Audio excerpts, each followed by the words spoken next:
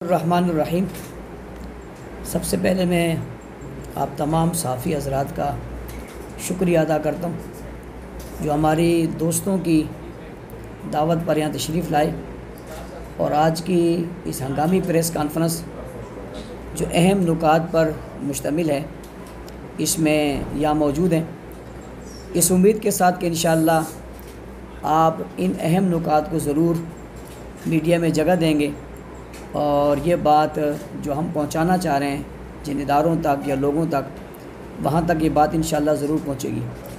सबसे पहला मसला सुप्रीम कोर्ट का वो फ़ैसला जो मुतनाज़ फ़ैसला है और आईन पाकिस्तान के ख़िलाफ़ है। पाकिस्तान के तमाम तबक़ात, मज़हबी जमातें इस फ़ैसले को मुस्तरद करती हैं और वो क़तअन ऐसा कोई कानून और ऐसी कोई चीज़ मानने को तैयार नहीं है जिस पर ख़त्म नबूवत पर कोई आँच आए। ख़त्म नबूवत के मामले में किसी किस्म का कोई कंप्रोमाइज़ नहीं हो सकता। ये बात तय है कि कादियानी अपनी इबादत खाने और उस इबादत खानों में अपनी इबादत नहीं कर सकते। आइन में ये बात मौजूद है। हमारी समझ से बात बालातर है कि सुप्रीम कोर्ट के एक बेंच में जिसमें चीफ़ जस्टिस साहब ख़ुद मौजूद हैं, ये फ़ैसला दिया और वो फ़ैसला ये है कि निजी महफ़िल में, चार दीवारी में और अपने इदारों में ये सब कुछ अपनी इबादत कर सकते हैं। मसला उस तफसीर के छपने का था। इसका मतलब है कि वो तफसीर जो कुरान करीम के को गलत तौर पे गलत तशरीह करके छापी गई है, वो तफसीर अपनी निजी महफ़िलों में छाप सकते हैं और दे सकते हैं और वो ले जा सकते हैं। ज़ाहिर है जब वो तकसीम होगी तो छपेगी, तब तकसीम होगी ना। और अपनी निजी महफ़िल में गुफ्तगू कर, इसका मतलब यह है कि कोई ख़त्म नबूवत का इनकार अपनी महफ़िल में करे तो उसको इजाज़त है। इसकी ऐसी मिसाल है कि एक आदमी पाकिस्तान की सालमियत के ख़िलाफ़ बात करे तो ये कहा जाए कि अगर अपने इदारों में करे तो ठीक है, अगर ये अपनी मजलिस में करे तो ठीक है, और अगर चार दीवारी में करे तो ठीक है। कोई आदमी चोरी, ज़िना, बदकारी करना चाहता है, उसे कहा जाए अपनी जगह पे अगर करे तो ठीक है। ये कौन सी चीज़ है जो महफ़िल में ठीक है और बाहर ठीक नहीं है, और चार दीवारी में दुरुस्त है और बाहर दुरुस्त नहीं है। ख़त्म नबूवत का मसला तो हम सब का ईमान का मसला है। उस मसले पर कोई निजी महफ़िल में करे या कहीं और करे, ख़त्म नबूवत पर कोई बात नहीं हो सकती। ये ईमान का मसला है और ये मुल्क पाकिस्तान के नाम पर बना है। और जज शाबान से कहूँगा कि आपने भी हलफ पाकिस्तान के आइन के मुताबिक लिया हुआ है। आपके फ़ैसले आइन के ख़िलाफ़ आ रहे हैं, ये दुरुस्त अमल नहीं है। और मैं समझता हूँ कि इससे ख़ुद मुल्क में इंतशार और अफरा तफरी फैलाई जा रही है और फ़िरका वारियत को हवा दी जा रही है। फ़िरका वारियत को हवा कहाँ से दी जा रही है? सुप्रीम कोर्ट के अंदर से। अगर सुप्रीम कोर्ट जैसे एक इदारा जो पाकिस्तान का एक मजबूत और अहम तरीन इदारा है, उसके अंदर से ऐसी बातें आएंगी और ऐसे फ़ैसले आएंगे तो मुल्क पे उसका क्या असर पड़ेगा, जबकि इस मुल्क की 100% आबादी पूरी की पूरी इस बात को तस्लीम करने को तैयार नहीं है। वो जिस भी मकतब फ़िक्र के लोग हैं, सियासी लोग हैं, और पार्लियामेंट में हमारे सियासी नुमाइंदों ने ये बात करके वाज़े कर दिया कि इस कानून को मानने को, इस बात को मानने को वो तैयार नहीं है, लिहाजा इस फ़ैसले को मुस्तरद किया जाता है। हम तमाम मज़हबी जमातों से मुशावरे के बाद इसका बाकायदा लाएअमल का ऐलान करेंगे। हमारे कायदे अहले सुन्नत हज़रत अल्लामा मौलाना मोहम्मद अहमद लुधियानवी साहब चूँकि उम्रा की अदायगी के लिए इस वक्त मदीना मुनव्वरा में मौजूद है, हमारा उनसे मुसलसल रब्ता है। उनके कहने पे आज की ये प्रेस कॉन्फ्रेंस की जा रही है। इंशाअल्लाह अज़ीज़ तहफ़्फ़ुज़ नामूस रिसालत के लिए हम हर कुर्बानी देने को तैयार हैं और उन तमाम तबक़ात के साथ मिलकर हम इसके ख़िलाफ़ तहरीक चलाएँगे। शर-ए-दस्त 9 अगस्त को हम तहफ़्फ़ुज़ नामूस रिसालत मार्च आप पारा से सुप्रीम कोर्ट तक बरोज़ जुम्मा इंशाअल्लाह इस्लामाबाद में होगा।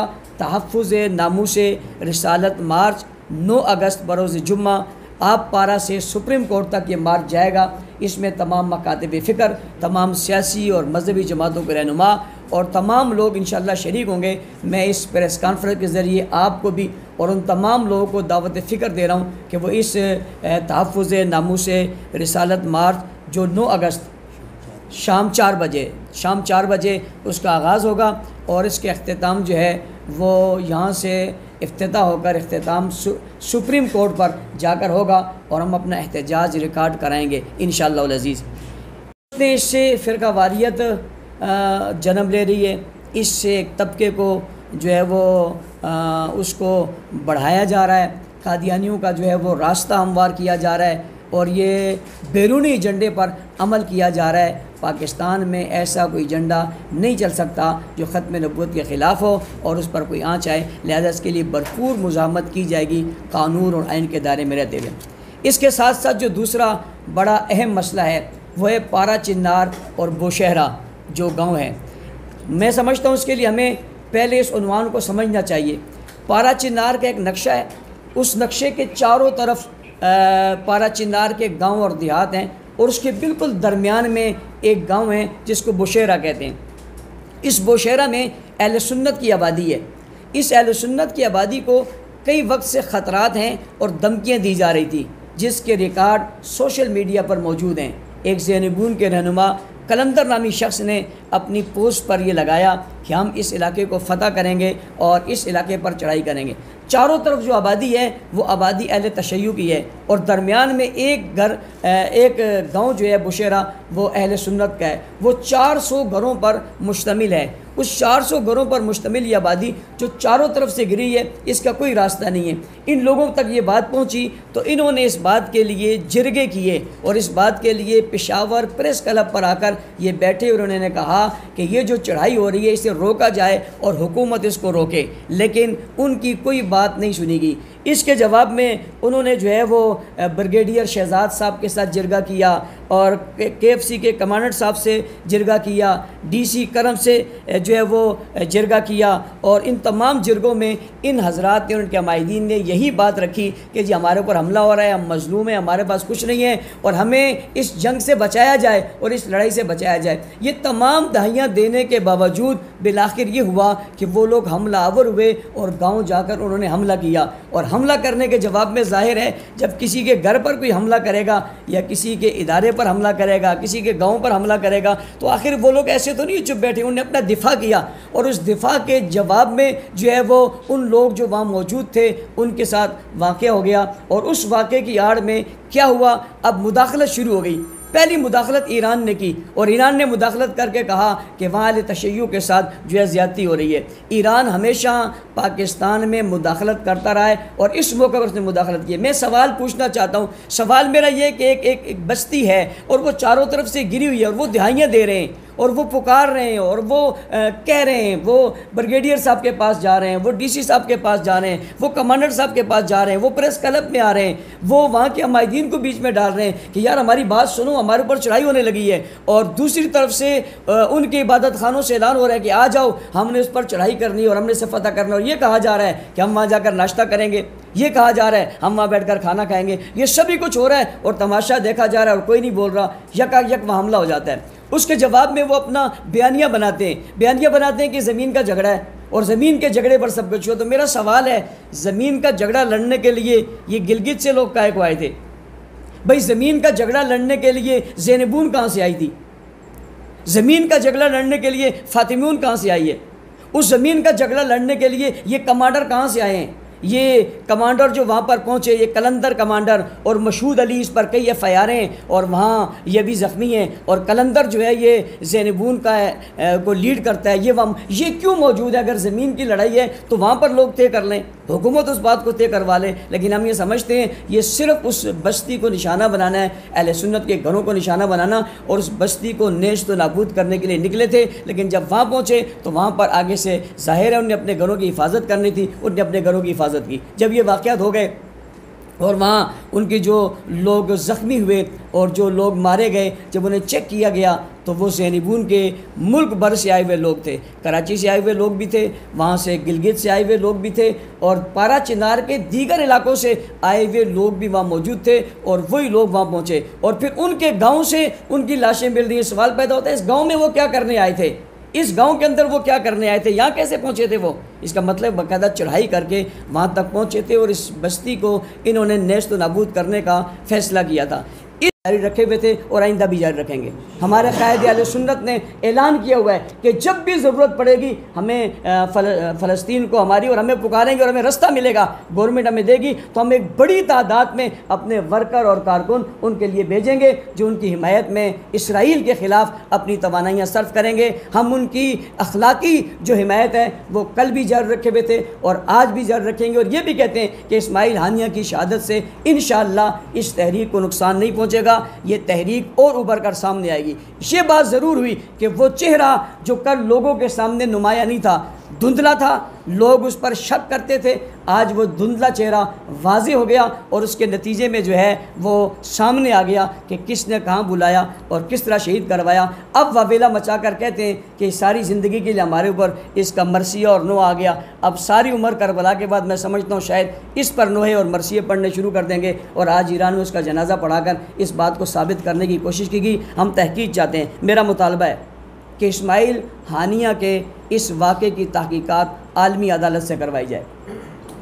इस्माइल हानिया के इस वाक़े की तहकीकात आलमी अदालत से करवाई जाए और आलमी अदालत इन तमाम शवाहिद को देखकर बताए कि इस कत्ल में आखिर मुलव्विस कौन था, ताकि चीज़ें खुलकर लोगों के सामने आ सकें कि हकीकत में जो बात हम कई अर्सा पहले बताते रहे वो बड़ी वाज़े और खुली जो है इनके सामने, लिहाजा इस तरह करनी चाहिए। चौथी चीज़ जो आपके सामने मैं ज़िक्र कर रहा हूँ वो पाकिस्तान के साथ ख़ास है। और पाकिस्तान के साथ क्या ख़ास है? मुहर्रमुल हराम का महीना अल्हम्दुलिल्लाह बड़ी खैरियत के साथ गुज़र गया। इसमें हमारी जमात का, कायदे अहले सुन्नत का बहुत बड़ा किरदार है। हमने हर जगह ताउन किया इंतज़ामिया के साथ, हालांकि बहुत सी चीज़ें ऐसी भी हुई जो बहुत गलत थी। नंबर एक कि बग़ैर परमिट के और बग़ैर इजाज़त के बहुत सी जगहों पे जुलूस निकले, बावजूद उस जुलूसों को रोकने की ताकत के हमने ऐसा नहीं किया ताकि मुल्क में इंतशार ना हो। हमने दरवाज़ा खटखटाया जो है वो कानून का, और कानून का दरवाज़ा खटखटाकर हमने एफ़आईआर दर्ज करवाई और वह एफ़आईआर कुछ दर्ज हुई और कुछ दर्ज नहीं हो सकी। दूसरी चीज़, मुहर्रमुल हराम की मजालिस में और मुहर्रमुल हराम की आड़ में सोशल मीडिया में गुस्ताखियाँ हुई। इस दर्जे की गुस्ताखियाँ हैं कि अगर मैं आपके सामने रखूँ तो आप हैरान हो जाएं, बंदे के रोंगटे खड़े हो जाएं। उनने गंदी गंदी तस्वीरें बनाकर उस पर हज़रात सहाबा किराम का नाम लिखा, अज़वाज मुताहरात का नाम लिखा। उनने अहले बैत की तस्वीरें बनाई और बनाकर सामने रखी। अहले बैत की तस्वीर बनाना, हुज़ूर अलैहिस्सलाम के ख़ानदान किसी फ़र्द की तस्वीर बनाना, आखिर वो क्या है? ये वही है। अगर वो नहीं है तो इससे बड़ी और तौहीन क्या है? ये तौहीन की गई।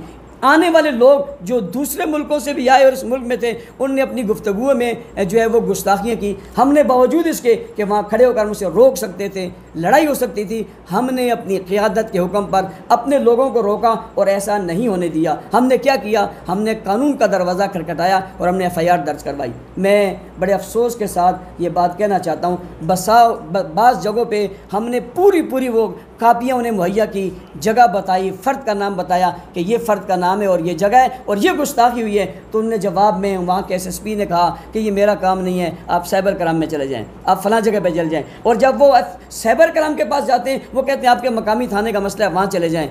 मैं आप सहाफ़ियों के सामने एक सादा सा सवाल करना चाहता हूँ। थाना FIR नहीं काट रहा, साइबर क्राइम वाले पूछ नहीं रहे, वो दरख्वास्त देकर जाने वाला क्या करे? वो क्या करे? वो अपने आप को मारे, वो ख़ुदकशी कर ले, वो क्या करे? उसका दिल ज़ख्मी है, उनके मुक़द्दसात की तौहीन हुई है, उन्हें गालियाँ दी गई हैं, उन्हें नऊज़ुबिल्लाह बुरा भला कहा गया, वो क्या करे? मिंबर से कहा गया है और तकरीर में कहा गया है, मजलिस में कहा गया, वो क्या करे? अगर कानून के रास्ते इस तरह बंद करेंगे और वहाँ के SSPs और दीगर लोग हमारी FIR नहीं काटेंगे तो नतीजा क्या निकलेगा? नतीजा ये निकलेगा कि लोग कानून अपने हाथ में ले लेंगे। क्या रियासत यही चाहती है? क्या इदारे यही चाहते हैं कि वो ये कुछ करें? इसके बावजूद जब हम FIRs की बात करते हैं तो दूसरी तरफ से धमकियाँ आ जाती हैं।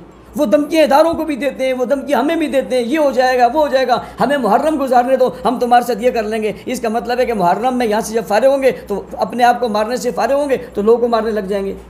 हज़रात से, साफ़ी हज़रात से कि साफ़ी हज़रात एक टीम बना कर जाएँ। हमारी बात या किसी और की बात पर उन्हें यकीन नहीं है, वो उस जगह का खुद मुशाहिदा करें, वहाँ जाकर सारे हालात को खुद देखें और ख़ुद देखने के बाद आप एक रिपोर्ट शाया करें, आप एक रिपोर्ट शाया करें, सहाफ़ी एक रिपोर्ट शाया करें कि वहाँ असल में है क्या, वहाँ सूरत हाल क्या है, वहाँ लड़ाई किस बात की है, वहाँ क्या किया जा रहा है, लोग कहाँ से आए और ये जो लोग मर गए और मरने के बाद उनके पेशानियों पर जो पट्टियाँ ज़ेनबून की लगी हुई हैं, ये कैसे लगी हैं?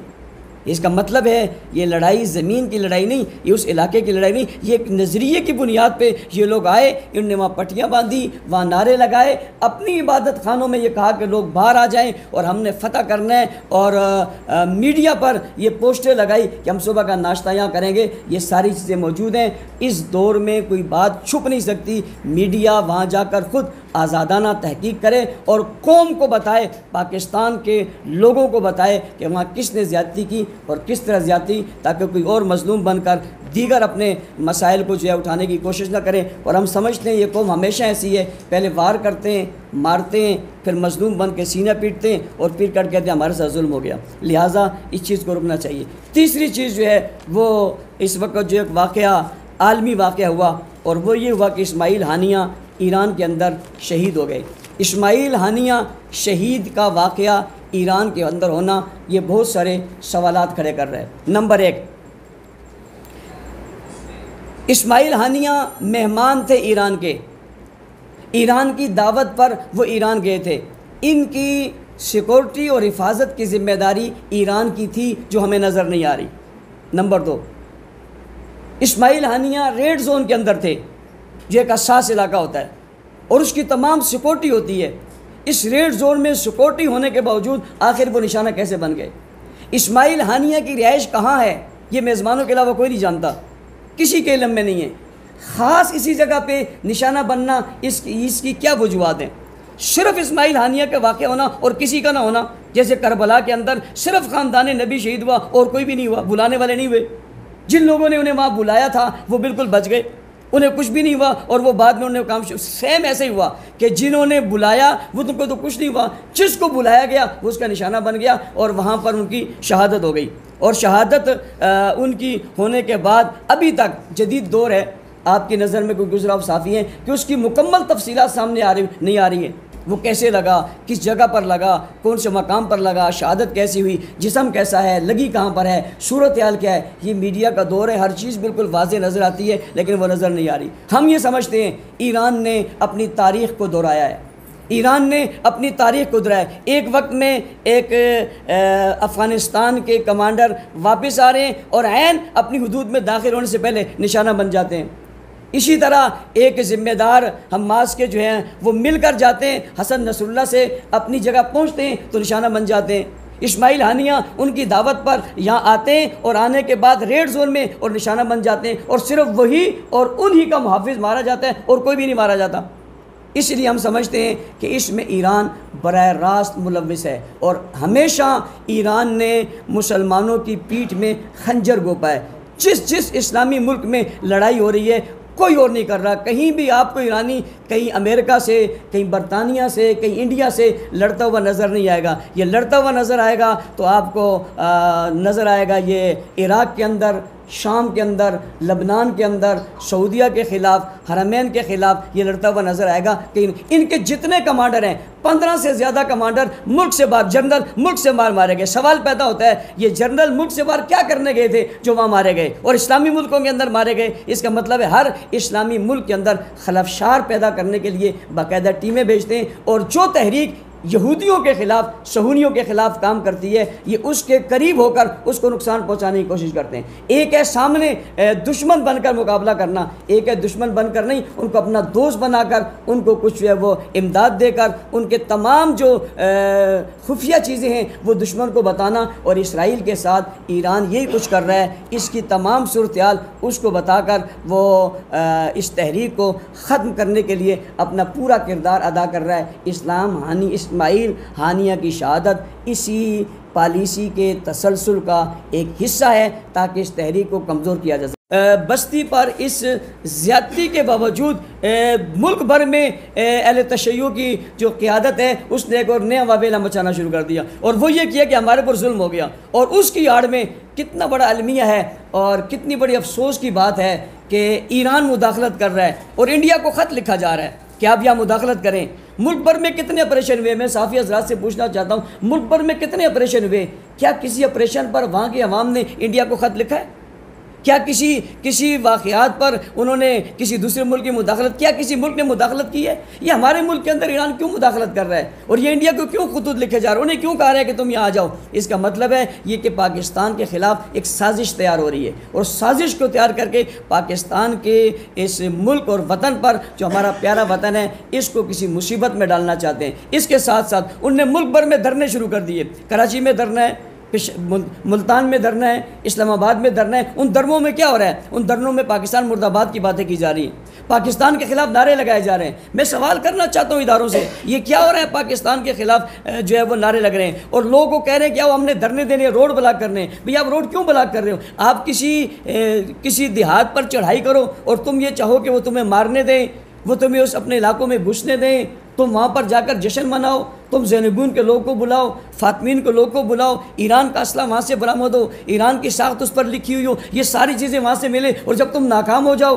तो नाकाम होने की सूरत में जब तुम्हारा जुल्म न चल सके तो तुम रोडों पर बैठ जाओ और चौकों पर बैठ जाओ और पाकिस्तान मुर्दाबाद कहो और पाकिस्तान के ख़िलाफ़ नारे लगाओ। ये सब कुछ क्या हो रहा है? उसकी आड़ में मुल्क भर में पाकिस्तान के ख़िलाफ़ नारे लगाए जा रहे हैं। हमने वो नारे की वीडियोस वहाँ भेजी हैं और वो धरने दिए जा रहे हैं। उनके लीडर कह रहे हैं कि आप धरनों पे आ जाएं और आकर बैठ जाएं। भैया अगर एक जंग एक खित्ते में आप उसको पूरे मुल्क में फैलाना चाहते हैं और पूरे मुल्क के अंदर उस आग को फैलाकर आप लड़ाई करवाना चाहते हैं, आप गली गली जंग शुरू करवाना चाहते हैं, आप शिया सुन्नी शिया फसादात को हवा देना चाहते हैं, क्या आप ये चाहते हैं कि जो काम जो है वो बुशहरा में हुआ वही काम मुल्तान में हो जाए? क्या आप ये चाहते हैं कि ये काम जो है वो कराची में हो जाए? क्या आप चाहते हैं ये काम जो है वो पेशावर में हो जाए? ये चाहते हैं? क्या चाहते हैं आप? हम नहीं चाहते, हम बदअमनी नहीं चाहते। इसलिए हम इस प्रेस कॉन्फ्रेंस के ज़रिए बताना चाहते हैं कि ईरान की मुदाखलत को बंद किया जाए। और हमारी वजारत दाखिला ने भी ईरान की मुदाखलत की बात की है कि ये वजारत खारजा ने कि ये ईरान मुदाखलत कर रहे हैं और बेजा और गलत मुदाखलत कर रहा है और वो पहले भी करता रहा है। इससे पहले भी मुल्क भर में जितने वाक़यात हुए, लोगों पर हमले हुए, ख़ुद मुझ पर हमले हुए, हज़रत मौलाना मुफ्ती तकी साहब पर हमला हुआ, डॉक्टर आदिल खान शहीद हुए, मुफ्ती निज़ामुद्दीन शहीद रहमतुल्लाह शहीद हुए, इन सब के कातिल कहाँ हैं? आप उस रिकॉर्ड पर लाएंगे रावलपिंडी में मौलाना मसूद रहमान उस्मानी साहब शहीद हुए, इनके कातिल कहाँ हैं? सरकारी रिपोर्टें सामने लाई जाएं। इन सब के कातिल ईरान में और वो ईरान से आते हैं और ईरान जाते हैं। सवाल पैदा होता है इस पारा चिनार में ईरान का असला कैसे पहुँचा और कौन से रास्तों से गया और कौन इन्हें असला पहुँचाता है? और ये जो लोग यहाँ से जाते हैं, शाम जाते हैं, और जो लोग यहाँ से जो है वो इराक़ जाते हैं और वहाँ ट्रेनिंग करके आते हैं, वो जाते कैसे हैं और आते कैसे हैं और यहाँ कर वो कार्रवाइयाँ कैसी कर रहे हैं? लिहाजा हमारा मुतालबा है इसका ऑपरेशन किया जाए, पारा चिनार के उन देहातों का ऑपरेशन किया जाए, उसमें जो लोग असले समेत वहाँ बैठे हुए उन्हें पकड़ा जाए और इस ऑपरेशन का आगाज़ किया जाए ताकि मुल्क भर में बदअमनी को रोका जा सके। वहाँ जो आबादी एक मखसूस छोटी सी आबादी अहले सुन्नत की है उसको तहफ़्फ़ुज़ फराम किया जाए, उनके घरों को तहफ़्फ़ुज़ फराम किया जाए, उनके जानो माल का तहफ़्फ़ुज़ फराम किया जाए। हमें ख़तरा है और खदशात हैं कि ये लोग फिर एक क़ुव्वत बनकर दोबारा हमलावर होंगे और हमलावर होकर उस बस्ती को मिटाने की कोशिश करेंगे। अगर यूँ हुआ तो मुल्क भर में जितने फसादात फूट पड़ेंगे इसकी जिम्मेदारी इन लोगों पर होगी जिन्होंने इस जंग को शुरू किया और इस जंग का आगाज़ किया। लिहाजा इसे रुकना चाहिए, वहाँ इंसाफ फराम किया जाना चाहिए और जो लोग बाहर से आए हैं उनकी तफ्तीश और तहकीक होनी चाहिए और जिन लोगों ने वहाँ पर ये कार्रवाइयाँ की हैं और दूसरों के देहातों में गए उनको गिरफ्त में लाना चाहिए। जो लीडरान मुल्क भर में धरने देने की जो है वो आवाज़ लगा रहे हैं इनके ख़िलाफ़ भी पर्चे दर्ज होने चाहिए कि ये इस आग को पूरे मुल्क में फैलाना चाह रहे हैं और एक मुल्क में हंगामा खड़ा करना चाह रहे हैं। ये जहाँ तक है इसको वहीं रोका जाए और वहाँ रोक कर इसके ख़िलाफ़ जो है वो हक़ाइक़ सामने ला जाएँ। यहाँ बिजली का मसला है, यहाँ गैस का मसला है, लोग बिलों में परेशान हैं और इंतहा दर्जे में बिल नहीं दे पा रहे, तो वो क्या करेंगे जब हर तरफ से इसका मतलब है कि इस सारे हालात बनाकर इस मुल्क को तबाह करने की साजिश हो रही है। हम अल्हम्दुलिल्लाह इस मुल्क को बचाने के लिए अपना भरपूर किरदार अदा करने की कोशिश कर रहे हैं और इंशाअल्लाह हम करेंगे। मेरा ये मुतालबा इस हवाले से ये है कि FIRs दर्ज हुई हैं उन्हें गिरफ़्तार किया जाए और गिरफ़्तार होने के बाद उन्हें सज़ा दीजिए और जहाँ नहीं हुई हैं वहाँ FIRs दर्ज की जाए, वरना इसके ख़िलाफ़ हम एक तहरीक का ऐलान करेंगे। कायदे अहले सुन्नत अल्लामा मौलाना मोहम्मद अहमद लुधियानी साहब 9 तारीख़ को पाकिस्तान तशरीफ़ ला रहे हैं। इंशाअल्लाह उनकी आमद के बाद दीगर मजहबी जमातों के साथ मिलकर हम इन तमाम मसाइल पर एक मुश्तरका लाए अमल तय करेंगे और वो लाए अमल तय करके हम एक तहरीक की तरफ जाएंगे इस मुल्क को बचाने के लिए, फ़िरका वारियत के ख़ात्मे के लिए, दहशत गर्दों की गिरफ़्तारी के लिए, बैरूनी मुदाखलत को रोकने के लिए। इंशाअल्लाह हम इस काफ़िले के साथ आगे बढ़ेंगे। जज़ाकल्लाह। तो 40 का जो नक्शा वही है। दूसरी बात, 40 का नक्शा ये है कि 40 के बाद खैरात होती है, सदका होता है। ये तो कभी भी नहीं हुआ कि कोई चप्पल छोड़कर भाग जाए, ये तो कभी भी नहीं हुआ चप्पल छोड़कर पैदल भाग पड़े। ये तो भागते हुए जिनके घर पर छापा पड़ता है और चीज़ें बरामद होती है तो दीवार से छलांग लगाकर बगैर चप्पल के भाग जाते हैं। तो ये क्या हो रहा है?